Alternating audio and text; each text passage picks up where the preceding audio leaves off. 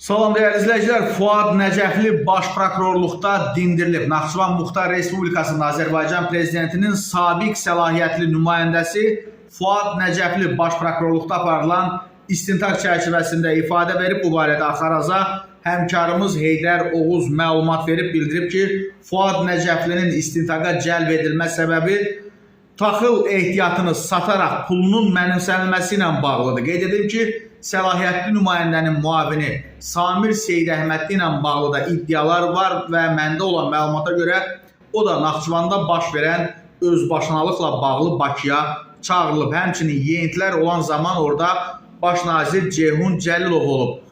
Ancaq onu da vurğulamaq istəyirəm ki, bu sabiq xüsusi nümayəndə ilə bağlı yeganə hadisə deyil. Xatırladaq ki, daha öncə də Naxçıvan Taxıl Məhsulları MMC-nin sədri Şakir Tanrıverdiyev barəsində 4 aylıq həbs qəti imkan tədbiri seçilmişdir. Fuad Nəcəfli ötən il noyabrın 12-sində vəzifəsindən azad edilib.